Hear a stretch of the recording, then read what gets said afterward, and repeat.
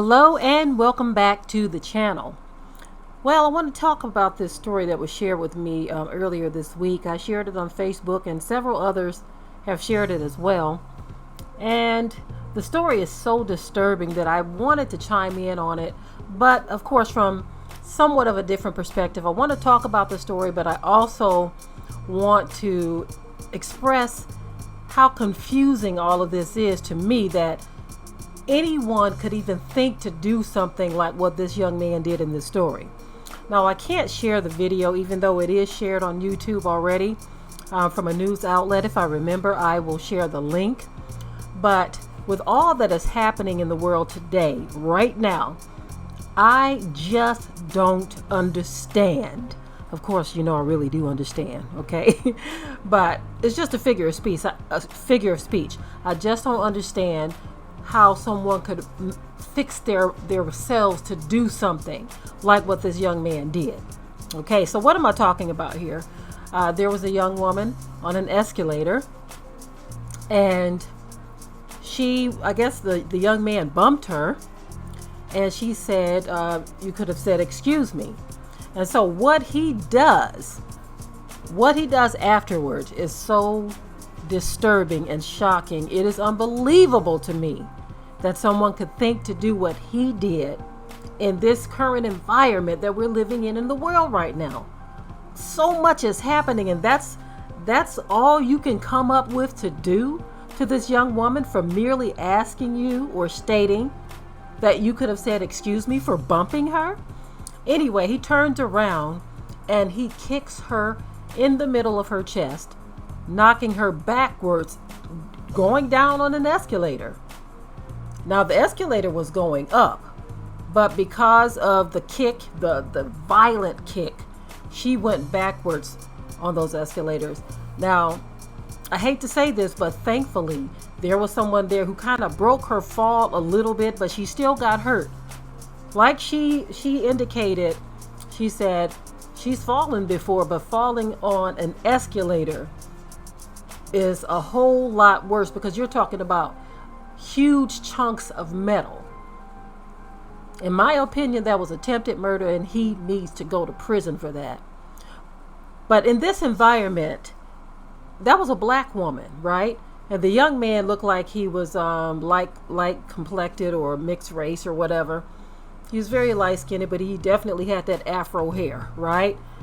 And so it just kind of shows you that the environment, even among the young, how they are feeling and treating black women. It is highly doubtful that that same young man would have done that to a woman of any other race. Not that he should. I'm not suggesting that he should. I'm trying to make a point here, is that it seems like a violent discharge of demonic activity in the air against the black woman by the black man, or the mixed man, or men of other races as well, because we have seen it happening to where there seems to be this increase. There's this cheering as well. There's this lack of protection as well. And so there is something very, very demonic going on, and more sisters are starting to talk about this. I've noticed a lot of sisters on Facebook, they are really, really talking more and more about these things, because you have this rhetoric, or all of this noise that's being made about the so-called black woman from men who are supposedly in the truth. And instead of them offering any type of sound biblical insight on this, they have lumped every so-called black woman together. When you look at that woman, for instance, she didn't want to be seen, but she didn't sound like she was a woman who was one of the Cardi B's of the world, right? But everyone wants to focus on that demographic of black woman, as if the ones who are college students or mothers or aunts, or just a regular average I work at the mall type black woman, as if they don't exist, and that everyone deserves the treatment that some of these men desire to give to the Cardi B's of the world. And what I find interesting too is many of these men, if they were to meet Cardi B or Nicki Minaj or any of them in person, they would probably be very, very, how can I put this? Respectful of them because of their wealth. You see, not all of them, of course, but some of them I can bet you they would, right? But this story was so disturbing to me. But I wanted to talk about the fact that in the environment that we're presently in the world, with so much happening, so many natural disasters, so much sickness, death, and disease, so much chaos, so much poverty, so much uncertainty, so many horrendous things happening in and around the world, famines, food shortages, all of these things happening. And you have someone so out of the loop that they took that as an opportunity. Just because a woman said to them, you could have said, excuse me. They used that as an opportunity to put their low down, dirty hands on that woman. That young man could have killed her. But it didn't seem like he cared one way or another how anyone felt about what he did. That is the world we are living in. So you got to be careful out here, daughters of Zion. Be very, very careful. Be very aware and alert. And I hate to say it, but sometimes you just should probably not say anything to these brothers. And let me take that back. That's no brother of mine. Anyone who would do something like that to a woman for simply saying, you could have said, excuse me, that's no brother of mine. That's no one. As a matter of fact, he's probably one of the tares. You know, the scripture talk about the wheat and the tares, that they look alike.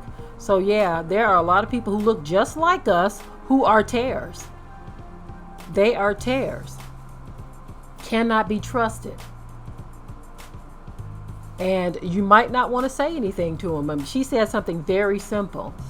I remember when we lived in Detroit, I mean, it was always one of those things where you don't even want to make eye contact with people. Now, listen, to all of my Detroit family, all of those who follow this channel, please don't take offense to that. I lived in Detroit, okay?